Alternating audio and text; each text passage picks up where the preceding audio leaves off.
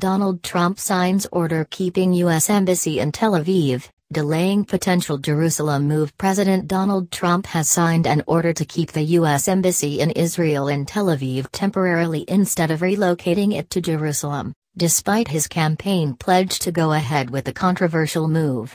Key points: White House insists embassy move will still happen. Israel expresses disappointment at decision as State Department advised against moving embassy after months of fierce debate within his administration. Mr. Trump chose to continue his predecessor's policy of signing a 6-month waiver overriding a 1995 law requiring the embassy be transferred to Jerusalem, an action that would have complicated his efforts to restart Israeli-Palestinian peace talks. The White House insisted, however, the decision, sure to disappoint Israel's U.S. supporters, did not mean Mr. Trump was abandoning the goal of eventually shifting the embassy to Jerusalem. But a U.S. official said no timetable had been set. He has repeatedly stated his intention to move the embassy, the White House said in a statement. The question is not if that move happens, but only when. With a deadline looming, Mr. Trump made the decision to defer action on the embassy to maximize the chances of successfully negotiating a deal between Israel and the Palestinians,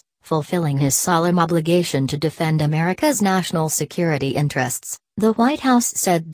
Palestinian leaders, Arab governments and Western allies had urged Mr. Trump not to proceed with the embassy relocation, which would have upended decades of U.S. policy by granting what would have been seen as de facto U.S. recognition of Israel's claim to all of Jerusalem as its capital. Though Israel is disappointed that the embassy will not move at this time, we appreciate today's expression of President Trump's friendship to Israel and his commitment to moving the embassy in the future, Israeli Prime Minister Benjamin Netanyahu's office said in a statement.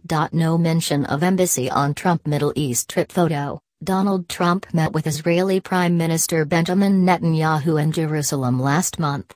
Reuters, Ronen Zvilon. Mr. Trump avoided any public mention of a potential embassy move during his visit to Israel and the West Bank in May. Despite that, most experts are skeptical of Trump's chances for achieving a peace deal that had eluded other U.S. presidents. The status of Jerusalem is one of the major stumbling blocks. Israel captured Arab East Jerusalem during the 1967 Middle East War and later annexed it, a move not recognized internationally. The most pro-Israel president ever? Many Israelis say Donald Trump is firmly on their side, writes Sophie McNeil. Israel considers all of the city its indivisible capital. The Palestinians want East Jerusalem as the capital of their future state. Jerusalem is home to sites considered holy by the Jewish, Muslim and Christian religions. Successive U.S. administrations have insisted that Jerusalem's status must be decided in negotiations between the two sides.